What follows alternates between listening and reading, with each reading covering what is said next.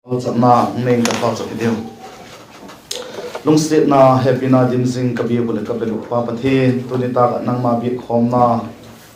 hunnom tak mai le mat saka amin lo pi cho hen laking ki pa thu ka gen wa he to hin nang ma thing thing tho sim ding gen ding in ki sing sa wa ke ma gen tu le ngai thu te ho zo se ka lung thim ngai tu na te nang man thu nei ding in nang ma khatin khong ki kol sak wa he lami te ho la cha te hon hele ti la doi te ho bi cha ka gen do zila thu tak ka gen do te ho hi la thu thili thei chem zam him tu sang le him zo mi ngai tu na gule theng chana sun theng thei chun ka mimal che tu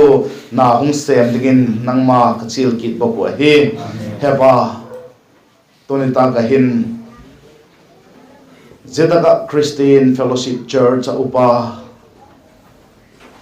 belampu nang ma thing thing tho gen ning godin ala hitama le taksa halona zikin ahung kai thipu nang man namuna holim pi in lang pi dingin thamon dingin nang ma pi na nang ma thamon na ka dot pi ko hi jebeb chilovin ma ba na Kikhawp na te ho a hungpang zo dingin hat na te ho e pik pik de la suk dam na kong dot pi kin ko hi hepa la thua kapoi modan ki bang chi pu na himale kapoi modan dong zui chetun kami malun nang man e holim pi in tin la holim pi na do yum tak mai kalal pa do tak mai jesu minin la king in ka hong don wa he amen Khrismas tarik som ni lenga to som ni leguk imangu tuni asom ni leguk na anunong pen ang ita yupa hung thei lo ding a hi zekin thugen ding ti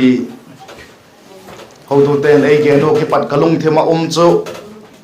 belampu te ala don dan te ho a hi lo le Mary to Joseph dan te ho kalung thimin ong kilanga tampi gen ka go kangai tu na ka ko ya zik ding ka god la ya chun tu kum sang ni le som ni le khata dinga begina itai khom now a last second ti chu tu hi to 31st jan a koi kai khom le hi bep tading je ti lo chu tu kuma dinga ki pol khom na furang ki talo a hi zekin zilam chun kalung thim e hong kai he kita e ka chun tu ni ta ka hin Christmas message kong pi ko po e ngai thimun lang HINKHUA PAWIMAW ti hi e tam lo chan gen khom le no kanoma ye chu ungen ding ka he alate ho in isawa ingai thawa sajom zel ding hi Christmas te ho chu e alo pi a thupi ma zenga e kha hemil poitin hilele tun ta ka chun e HINKHUA PAWIMAW ti thupi mangin pathin thun tamlo chan holim le no kanoma malaki bung thumna pek sang khat le zani le somli le giat na noi malaki bung thum chang som le buk ki pata som le giat isim hok dingo a hi nga king katin malaki bung thum chang som le buk ki pata som le giat pek zakha sang khat le zani le somli le giat na noi a hi pek sang khat le zani le somli le giat na noya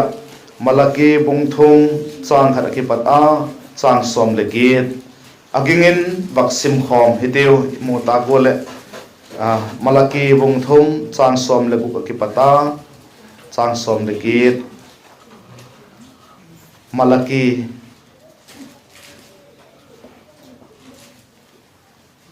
bung thum chang som le buk pat som le giat vaksim khom hiteu le simtiu le chun lalpa law mi te akiho on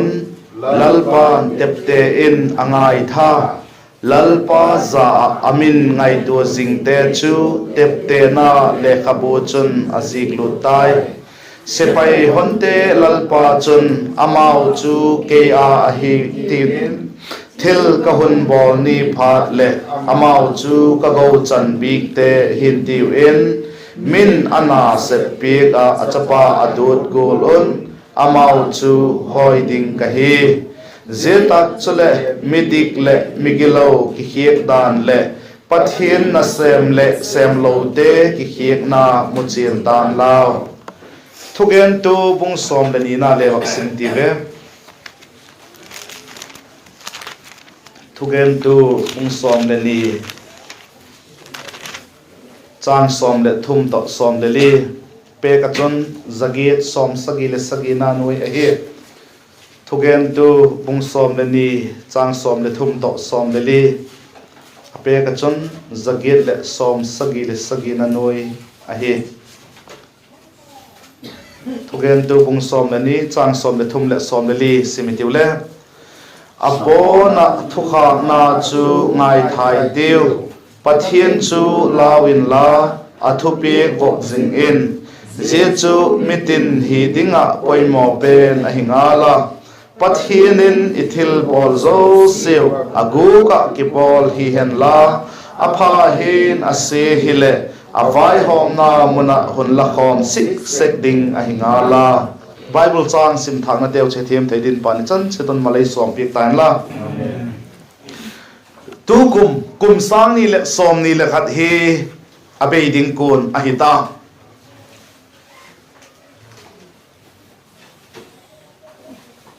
pathianin pha saka hi le kum sang ni le som ni le ni te ho chu mang to dingin ki ngai to na ki sing sak na ilung thimu ngai to na enei ta wa ki tung nai lo le kum thak phat le chu tia ngai to na nei plan do sam bol ding ngai to mi tam pium tak ding ka ging cha hi tu kum pi hi ka ngai to hi le ni sa thum le som guk le guk ve ni sa thum le som guk le nga som guk le guk vel chu ai thowa hi le ka bang ti ge la hi dem chom ka sa tu kum hi chom ka sama ma zenga ning kum la ma kha anu mundanga posting a hi zik adim le la ka hebo ning kum December hung po da he tu December hung be ki chen chule la hung po na khanai cha hi le kilom dan point ka vak ge la nangun wang ngai tu te mo so la sa him atu kum he corona omlai ti chule tu le be le hi de pon tin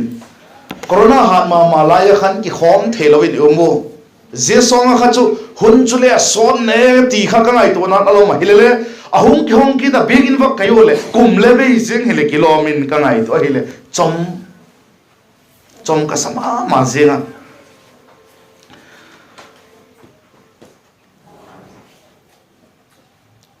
tu kum ka hun mat dan on chom cha sugen ka vak ki ngai to ka gen gola chun sermon ding sermon thugen ding ka hi ti ka ki heta ka vak ki ngai tu na sung kha sot lo he ka ki ngai tu sunga chun tu kum ka hun mat dan ka vak nung et ki ta ania ka mat dan ka ki sik da ding ka he achol kala ka mata ka ki sik na ding ka he atha ka mata ka ki sik na ding ka he hen khat van chu ada kal zinga le ka ki sik na ding bang ka gel do a man a he so bi de ho nangon le vak nong et ki te mo hin khuwa ze tiam dan ze et dan ze ngai to dan thiam hi poimo ma singa hi ze ka chon hin khu poimo ka ti to pa tu ni ta ki thupi ding chu hin khu poimo ze chu a hi idamu hi ihin nu hi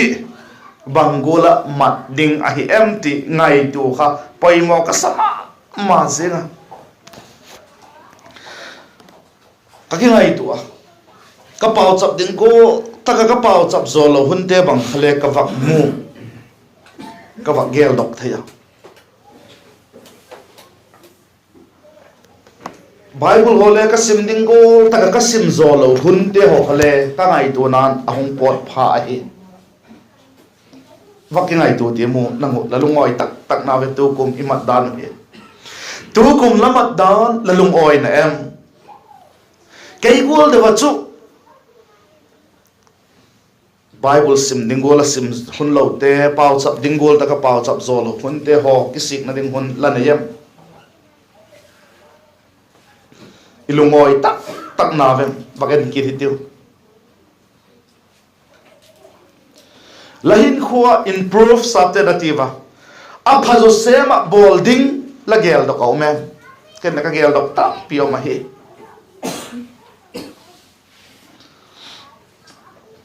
atam zo te hin ka wak ngai tu a o ai ngote o je khale o je tak khale o je gol khan alam khale o je gol khan ala hi khale iti ding dingin ka tak sang a hi school kai te ho phatak chan la kai thei po wa online in la kayo ahi lo le school a chomcha cha wa kai the lo le school exam bol bang la umo result asuk ta khen khat te a result asuk ta la lungoi tak na ve o je tak kha je subject kha je gol de khan ala boi pi de le o je subject kha ala hasim zo de le je sang ai chu mang motam zo di ka hi kareng hele je sang hi sang zo theu deu the a hi la ti ding nge ding a hi zo kadun no apui suku Christmas le kum thak mangding ti in keu kieng la mo jikin ka apui suku non fel to kinga hi be ko ka apuyu arizer ahung suka asok man ka donga la pas na dim lamak ahoy na dim ti ho ka dot hi le giging cha bek lo science to maths ka bol hoi bek pu hen offline na ve exam ba hi si ka chan mo school hoi dak kai lova ve exam ba hi si ka khan maths to science ka bol hoi pu hen fail mai the ati ai le aban chon the digin ahunguma result ong so ka ki pak pi ma zingo ama le ki ngai tu hen lang hile maths to science kha alha boi pi deuleng alha khot deuleng chu jeti sang zo ding kai ti angai to na ai chu jegol ne bachun mo ilengo jegot hi diu ka tak sang ai pathian na sem tele ko chu ma mo pok na nei tele mo pok na nei lo tele ko chu ma ahi lo le Christmas ho tu lui lama ho tu ti ogin lal te ho bangin le kum kin tak le chu je sang ai fel zo leu je gol sang ai thupi zo leu kilom zo leu ati ding thau mai the he in kho zo se isem na te ho zo se in na dan te ho sing le improve ai lo la pha zo ding igel lo din ka tak sang ai HINKHUA PAWIMAW chu je chu hi a pha zo sem ngai tu do a pha zo sem bol got pen kha HINKHUA PAWIMAW pen te lak kha hi ti het mi loading a hi sem na hol te ho le mo interview chi itambek set pu ba interview chi se hi mi bangza dem ke pu itambek set diu ka tak sang pu interview chi hi le iwa chi a i hung po do tak le lum thima bangaw me akit tak le chu ti kha ilum thima ngomai chuma interview chi na pen kha akit tak le chu ti kha ilum thima ngomai chu je chu je ta ka iwa kum dan I toi dan ama iwa et dan mo amelu et dan ai lo le ipa wa I toi dan I movement I toi dan ho zo si kha je ta kha hoi poi je ta chu kilom bek poi akit tak le chu je gol chun bol pong ka ti ding hem khat ka improve the ning imu se koi chu yes se koi ke le ka khoti se kai chu interview chi khaten je chu inei diu ka tak sang ai again gola chun student de hon le exam result sok tak le bol phat jok ding chu imu ingai tu na ding ai tu kum Christmas bang zo hi tawa ani za len khop khat ve be pa ki wata ilen khop dan u ngai tu te mu le la len khop dan kha la lungoi tok ne ki zo ma lo ti hai jem the de pathian hi le ko ai zo ma po ti hai jem the de le mo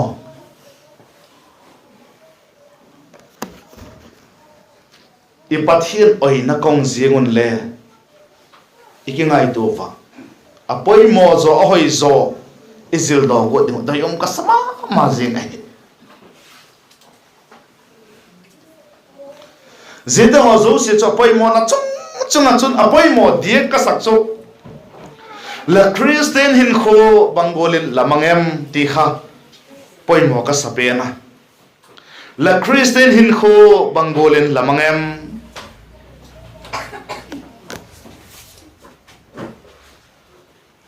pathianin ni zathum le som guk lenga ding la ka chun tu hin tu ni som ni le guk a hi le chu som ni le sagi som ni le ge som ni le ko som thum le khat ninga inei na layo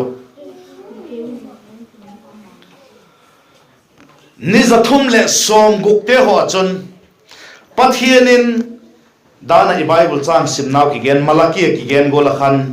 pathianin la hin huwa chu he jingna le khabu jiklut ta ka saka jing jing na de le la ngai to khangai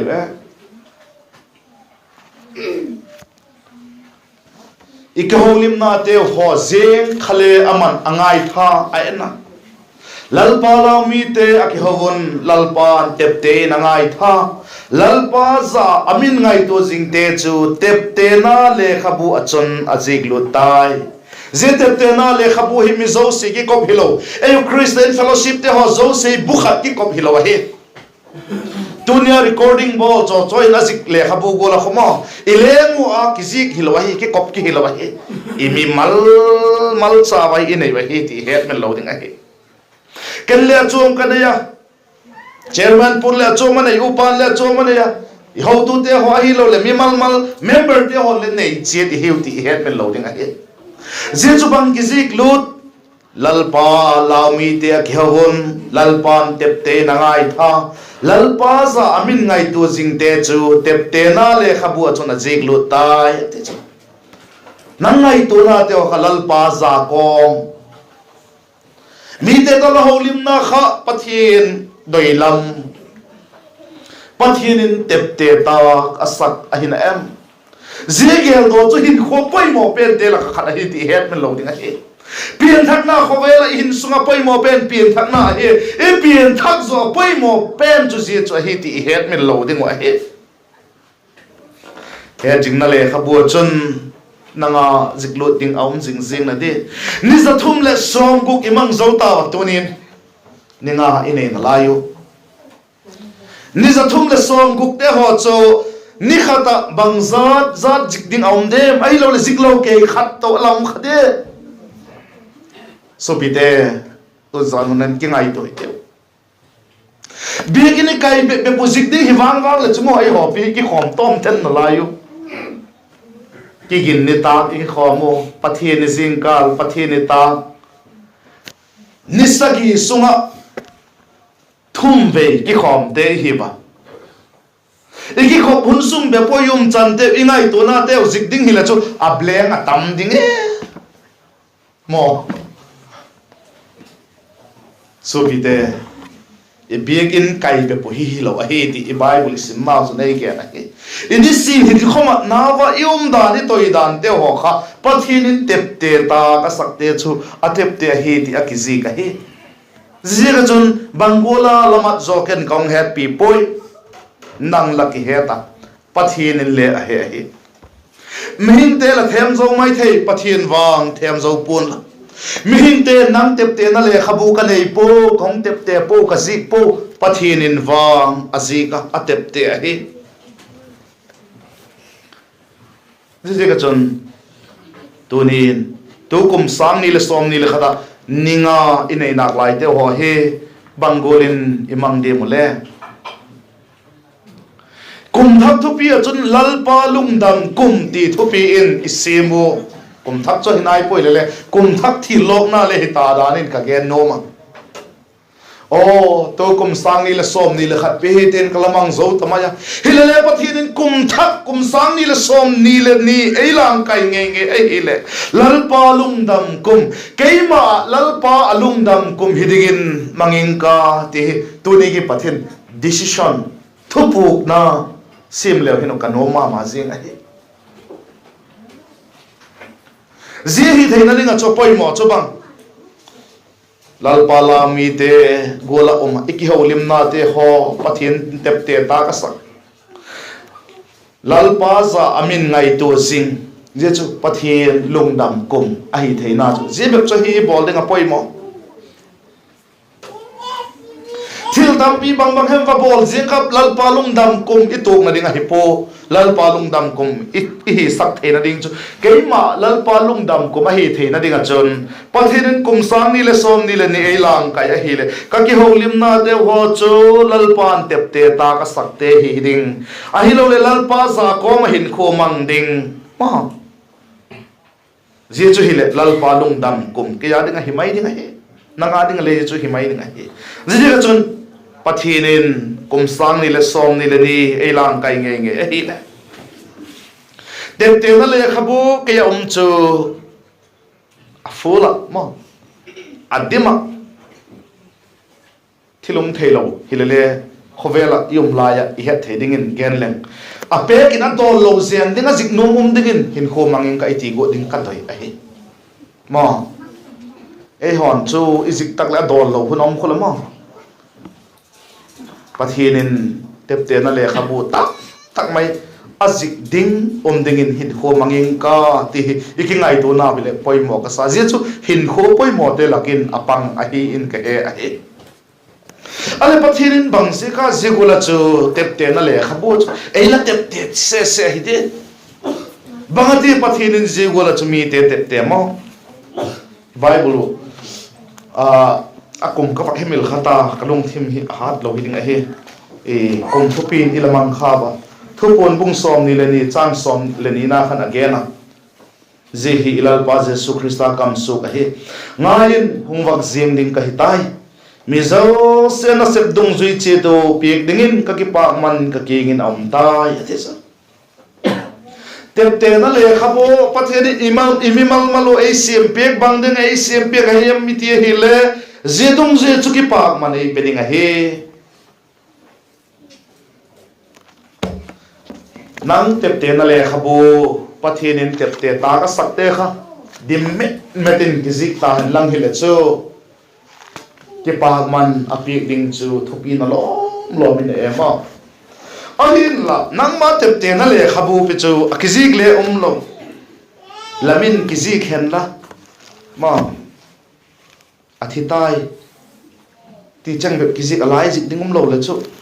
mu ding bek lo ding a chu ma je ka chon ki ngai to hi teu hin ko poi mo chu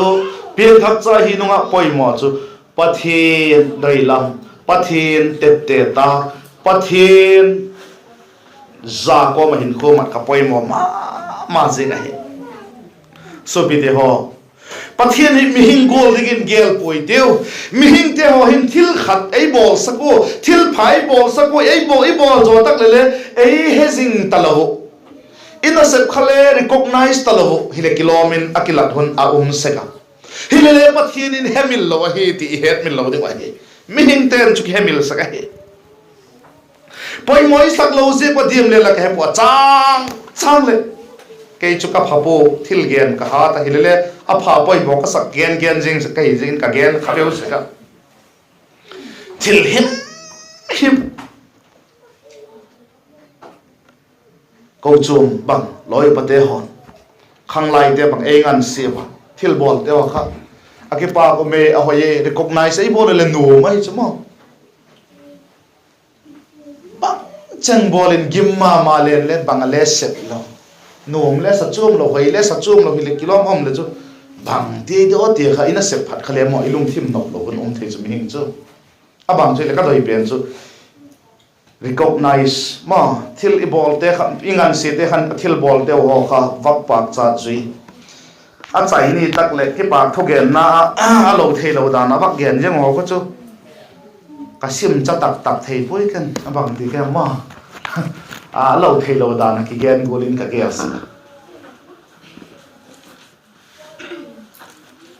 gim tak mai ai lo le thanum tak mai ai lo le haksa sa kom tak mai thil bol pen kha minei vak recognize le chunu mai chu a simple pen digin khatung gening ka jingkal le pathin dam na ai pik a hi le an neding hi ba yan nek ta ko le me hin an hi jeng le asiam te ke khan atuje ki pa ko mai ti tangun ku he nom salo de ma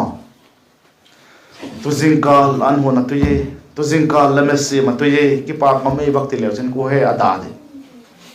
ko ma kap lui lui po vente min nom sa vente sim gil le thanom vente o ji chu nang ti pa he ma ti nu hem chun le la bol ni tak le ko hem khat chun o la fe le ki pa kom ne asim la sim tu ye bak ti le nang le nop la sak de pi chu nang le mi king la bol la chu mo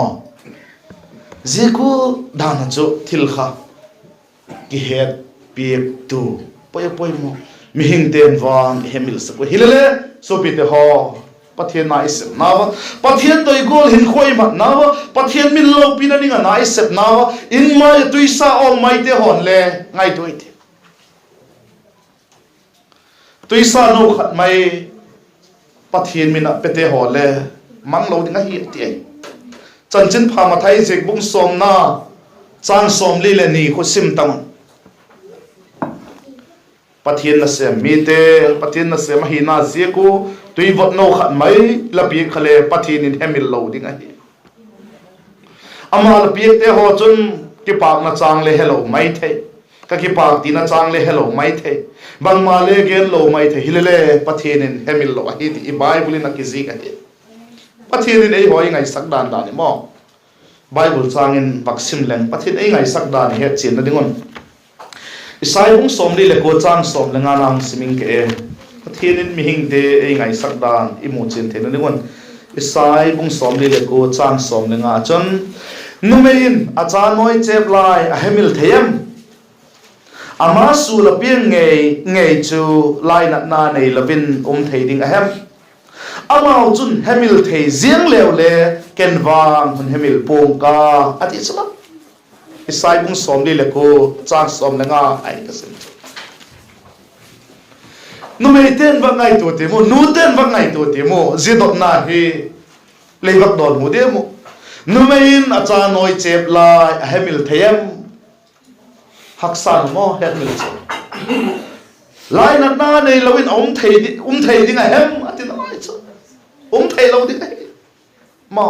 zete chu thei ziang khata le pathian in wang chu ei hemil lo ding ai ati na lai chu pathian in ei ngai sak ma se pathian in ei ngai sak ma se ei hema ma se e thil bol te ho i ngai tu na te ho zo se musu ka a he so ka tep te ta ka sak te ei tep te pi ka hi ti het me lo ding ai je chu i het de go chu i hin ko poi mo ma se ka he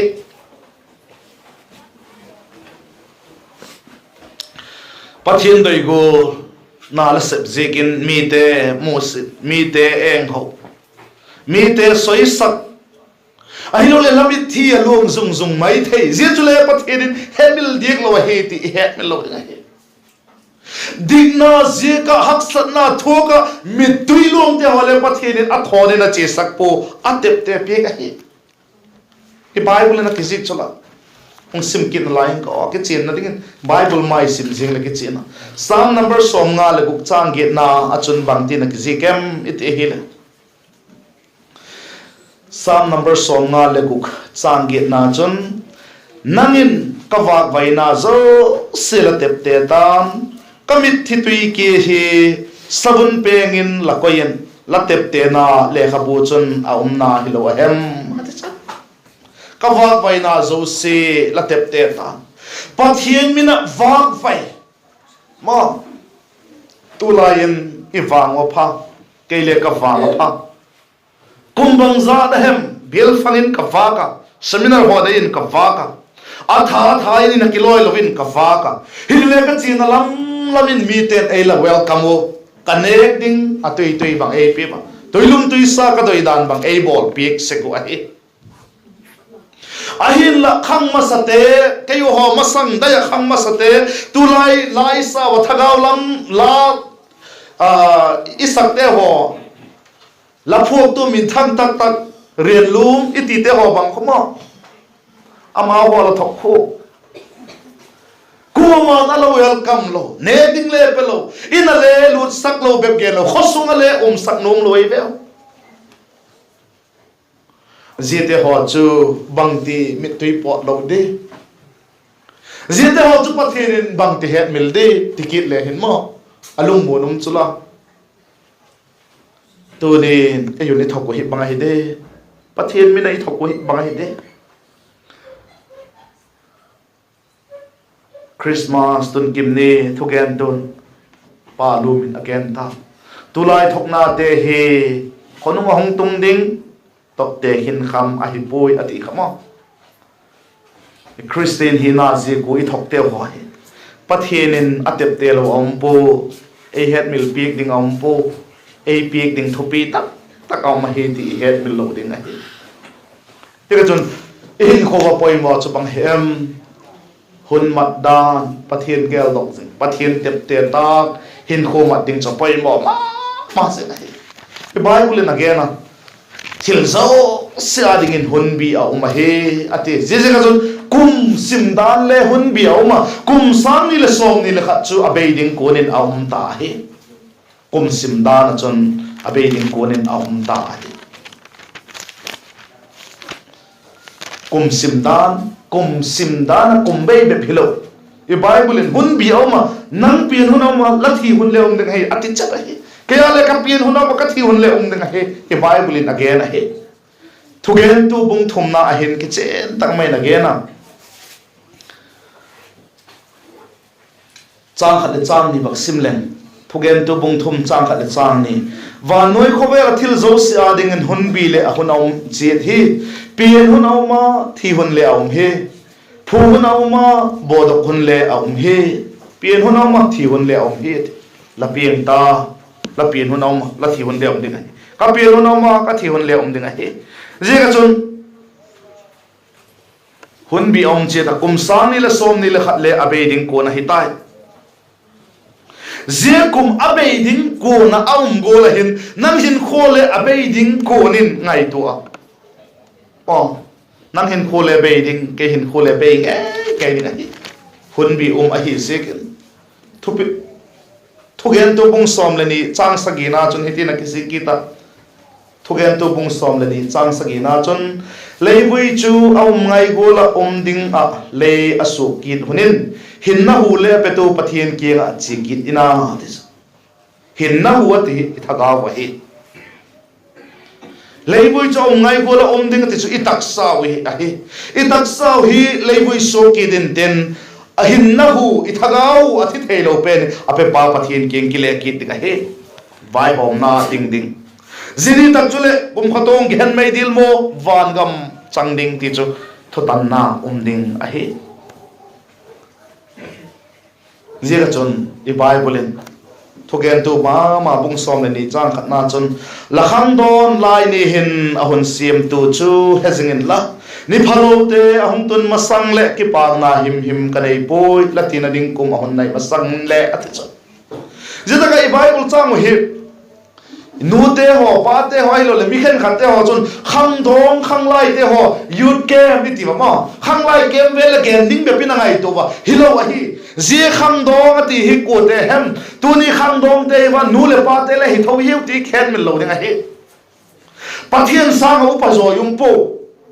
pathian ngai chun khang dong ani hiu ti khen min lo ding a hi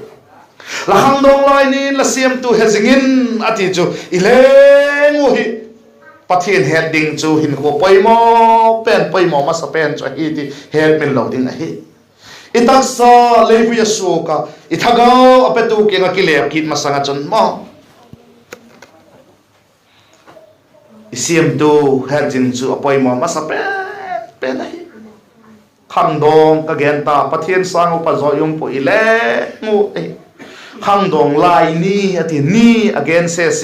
zini chu na gen nom chu bang hemi til akin gang thei pen in pathian het ding pathian doi gola ding HINKHUA PAWIMAW pen chu akin gang thei pe la pathian doi lam ki mat ding hi ti ka I het min lo ding wa he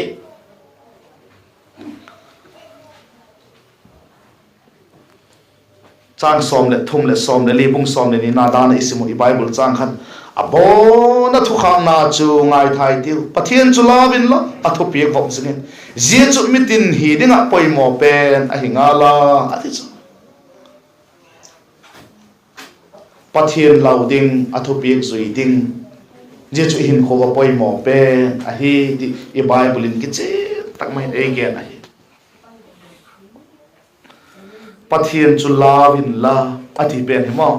pathian lauding ati chu banghem ki chan thi tha a hi lo le sakai sanga sabom te hol lawa lauding hi lo mo za ding za tak mai ding ingai to na te iloi te thai ki holim na te pathin tep te ta ka saka hin dim ti ngai to ko hin ding kha adoi pen a hi atop na dingin chan som li na chun pathinin ithil bol zo se agu ka ki bol hi han la apha hin asrele avai hom na man hon la khom sik sik ding hi ala kum sang ni le som ni le khata ithil bol te ho zo se pathina chun hung ke polut ta hen lang hung ki koi tale asia hin apha hi tale ate asia to pha chu tin tu kuma ina septe chu pathinin hung podo khen lang serin hung buk tale asia to pha chu tin hung te ka tale khoi jo ka kik jode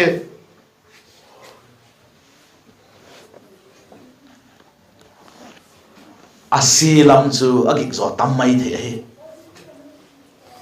ain la pathian na sep na thei top so pan la tampi omo ki pa kom ai Sunday school ilung lu to teacher te hole beating Sunday school tho pan thei na ding tin jing kal than la sun hon la hung pangu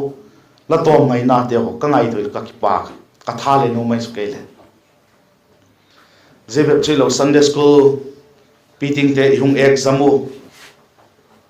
prize ding ki pak thil pi prize dinga no voice bangin ahung to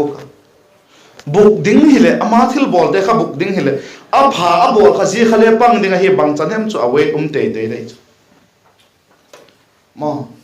pathian na se na ipan na te kha en thakiti ilungoi tok na bem zilsan khan pan jok thena lampi nei em pathian in atep te ta dingin I bol thei jong ngai din ka tak sanga he top na dingin ko ma hung discourage ti chu bang he ei pa chu hung ki ngai set sak a hi lo le o jegol pi kha kalaw ma ti ki ngai sading ti ka doi lam ka tup hi ke lo he disappointment pen kha hung penom hi lo ka he a hin la in ho kha bangolin imang em ti ikingai do wa ka tu pen chu zite ho khai het dano ke pat kha oh kum sang ni le som ni le kha jigul ka mat hai kum sang ni le som ni le ni te ho chu pathi nei lang ka hin jigul hin pan lang ka iti theidum kha ka doi hi zo he ki ngai se na ding lam pang hi lo ki til khaw kha ka doi zo ka pathin hi ei mawin alung lut ma singa ama ki tim hong hemil loading ka hi hong nu se ngai pung ka at now se noi chep lai anu ten hemil thele le ken nang hemil pung ka ti khan nang lai Emmanuel pathin lom hiu ikingo pathin umjing lom hiu tinai chu hong hemil pung ka ati na se bithil bol te ho ithugen te ho zo sile hemil loading tepte na le khabu tepte ta ka sakte zik luting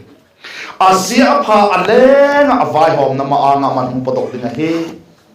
ti he in kum imat dan de nong thil thak ki den